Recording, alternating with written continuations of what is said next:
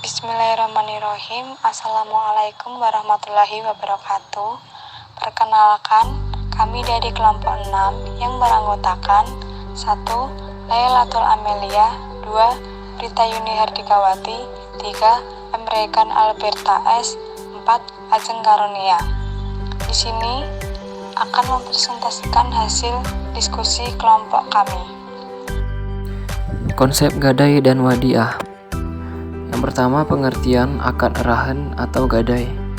Akad rahan merupakan akad untuk menahan salah satu harta milik si peminjam atas pinjaman yang telah diterimanya. Dalam akad rahan disebut dengan akad rahan.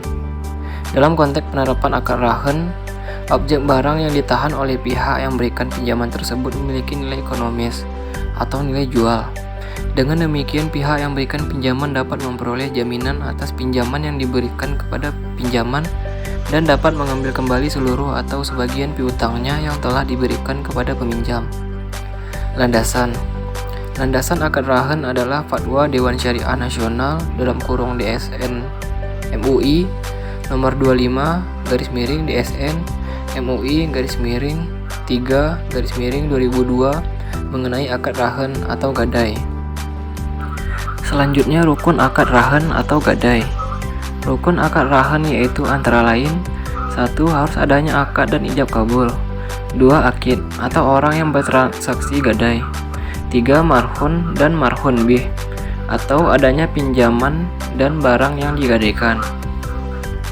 Kemudian, kelebihan akad rahan dalam pelaksanaannya. 1. Membantu orang yang dalam keadaan kesulitan dalam keuangan. 2. Memberikan pembiayaan yang sesuai syariah dan tidak berkonsep pada riba atau bunga.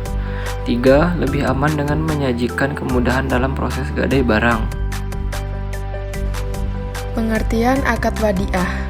Wadiah berasal dari wada'asi syai'ah, yang artinya meninggalkan atau menitipkan sesuatu pada orang lain yang sanggup menjaga sebagai titipan murni dari satu pihak ke pihak lain, baik individu maupun badan hukum, yang harus dijaga dan dikembalikan kapan saja si penitip menghendakinya.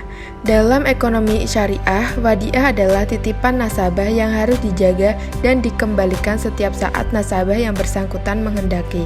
Bank bertanggung jawab atas pengembalian titipan tersebut. Macam-macam akad wadiah. Yang pertama, wadiah yad amanah. Wadiah yang asli tidak terjadi pengubahan esensi akad. Titipan yang berlaku sesuai kaidah asal titipan, yakni menjaga amanah.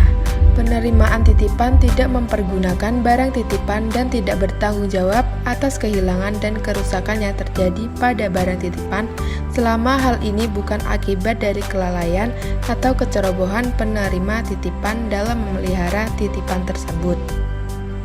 Yang kedua, wadiah yad damanah. Wadiah di mana penerima titipan dapat memanfaatkan barang titipan tersebut dengan seizin pemiliknya dan menjamin untuk mengembalikan titipan tersebut secara utuh setiap saat kala si pemilik menghendakinya. Wadiah yad damanah ini terjadi tahawul al-aqd, perubahan akad dari akad titipan menjadi akad pinjaman oleh karena titipan tersebut dipergunakan oleh penerima titipan. Dengan demikian, pada skema wadiah yad damanah ini berlaku hukum pinjaman qard jika barang titipan dihabiskan atau pinjaman ariyah jika barang titipan tidak dihabiskan. Landasan hukum wadiah. Landasan hukum dari transaksi wadiah sendiri berasal dari Quran Surah Al-Baqarah ayat 283 yang berbunyi, "Akan tetapi jika sebagian kamu mempercayai sebagian yang lain, maka hendaklah yang dipercayai itu menunaikan amanatnya atau hutangnya, dan hendaklah ia bertakwa kepada Allah Tuhannya." Dan Quran Surah An-Nisa ayat 58 yang memiliki arti, "Sesungguhnya Allah menyuruh kamu menyampaikan amanat kepada yang berhak menerimanya, dan menyuruh kamu apabila menetapkan hukum di antara."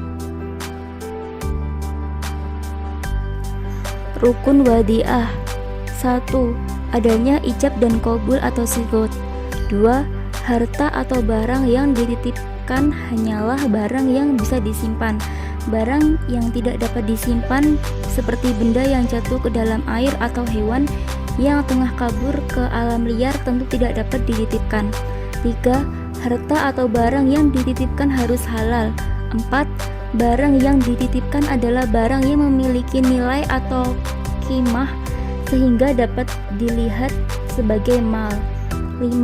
Untuk melakukan wadiah harus ada orang yang menitipkan barang, orang yang dititipkan, wadiah atau barang yang dititipkan, dan ijab qabul. Berikut ada syarat wadiah. Syarat wadiah. Baik orang yang menitipkan atau orang dititipkan, keduanya harus berakal. Kedua belah pihak harus telah balik dan mumayyiz. Namun, ada ulama yang mengatakan bahwa anak di bawah umur boleh melakukan akad wadiah selama tidak ada syarat dan ketentuan perdagangan jual beli yang sulit dipahami oleh anak kecil tersebut. Harta atau barang yang dititipkan harus dapat diberikan secara fisik. Sekian presentasi dari kelompok kami. Bila ada kurang lebihnya mohon maaf. Wassalamualaikum warahmatullahi wabarakatuh.